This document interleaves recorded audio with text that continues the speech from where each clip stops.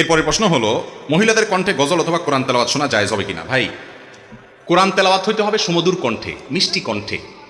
আর কোরআন তেলাওয়াতের ব্যাপারে হাদিসে আসছে, লাইসা মিন্না মান লাম ইয়াতাগান্না বিল কোরআন, যে কোরআন তেলাওয়াতের সময় সুন্দর কণ্ঠ দিয়ে তেলাওয়াত করে না, সে আমার উম্মত না।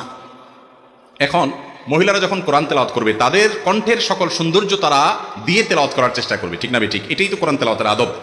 এখন যদি একজন পরপুরুষ গায়রে, যিনি পুরুষের জন্য, ওই মহিলার জন্য গায়রে মাহরাম, ওই ব্যক্তি যদি তার তেলাওয়াত শুনেন, তার কণ্ঠের ইসলামী সঙ্গীত শুনেন, ভালো খালি গলার কোনো ভালো সঙ্গীত শুনেন, তাহলে শুনতে গেলে তার কণ্ঠের যে কোমলতা, ওই কোমলতার ফলে এই ব্যক্তি এটা শোনার ফলে ফিতনায় পতিত হওয়ার আশঙ্কা আছে না নাই? এটাকে অস্বীকার করা যাবে?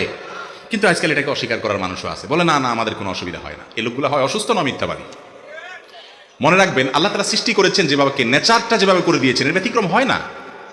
অতএব আল্লাহ কোরআনে বলেছেন, যদি মহিলারা কিছু চাবে কারোর কাছে, তাহলে ফালা তাখদানা বিল কওল, তারা কথা বলার সময় কথাকে কোমল করে বলবে না, আল্লাহ নিষেধ করেছেন। এখন আমাদের তো দুনিয়া সব উলটপালট হয়ে গেছে। কিরকম? বউ আপনার স্বামীর সাথে কথা বললে কর্কর ভাষায় বলে, হ্যাঁ বলো, এতবার ফোন দিচ্ছ, কি দরকারে কিছু বলবা কিনা। এরপর অন্য লোকের সাথে কথা বলে, জি ভাইয়া বলেন প্লিজ, ঠিক না? এখানে একে হামামে জারে নাঙ্গি, স্বামী স্ত্রী সবারই একই অবস্থা, মহিলাদের একই অবস্থা, পুরুষদের একই অবস্থা। পুরুষ বেচারা হয়তো দোকানদারি করে, কাস্টমার একটা আসছে, ওইটা মহিলা কাস্টমার মনে করেন, জি আপা বসেন, বসে রে, আপাকে চেয়ার দাও, আপা বলেন কি খেদমত করতে পারি, আপা কি লাগবে, খুব সুন্দর সুন্দর। একই টাইমে যদি বউ ফোন দেয়, তুমি এত ক্যাশ ক্যাশ করো কেন, তোমার কোনো কাজ কাম নাই বাড়িতে, কি বলবা যদি বলো, ঠিক না ঠিক? অথচ আমাদের সবচেয়ে সুন্দর ব্যবহারটা পাওয়ার কথা আমাদের স্বামী এবং স্ত্রী, জীবন সঙ্গী, ঠিক না ঠিক?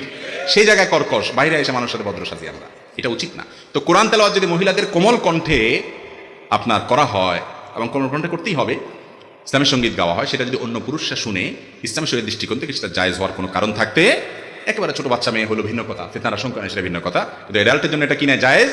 কিছু নেক্সুরে তো ধোকা আছে, শয়তান নেক্সুরে তো ধোকা দেয়। কোরআন তেলাওয়াত শুনতেছি মাশাআল্লাহ, অসুবিধা কি? হ্যাঁ, এটা হলো নেক্সুরে তো ধোকা। কোরআন তেলাওয়াত শুনতেছি, কিন্তু মহিলার কণ্ঠে পুরুষ শুনতেছেন। আপনি কোরআন তেলাওয়াত শুনতে শুনতে কত জগতে চলে যাবেন, কত চিন্তার ভিতরে ঢুকে যাবেন, আপনি নিজেও টের পাবেন না। ইসলাম আগে থেকে বাদ দিতে বলেছে।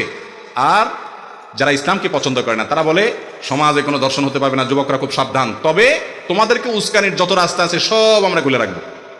বিজ্ঞাপনে, বিলবোর্ডে নারীকে আমি বিশ্রীভাবে ঝুলাবো, বিভিন্ন জায়গায় পণ্যের মতো নারীকে আমি উপস্থাপন করব, তুমি নিজের নিয়ন্ত্রণ করো। এ হলো ইসলাম। ইসলাম যারা পছন্দ করে না তাদের সিস্টেম। আর ইসলামের সিস্টেম কি? ওয়ালা তাকরাবুজ জিনা, আগে থেকে চোখের হেফাজত করো, তাতে সমস্যা সমাজের এমনি দূর হয়ে যাবে। আল্লাহ আমাদেরকে বোঝার তৌফিক দান করুন। আমাদের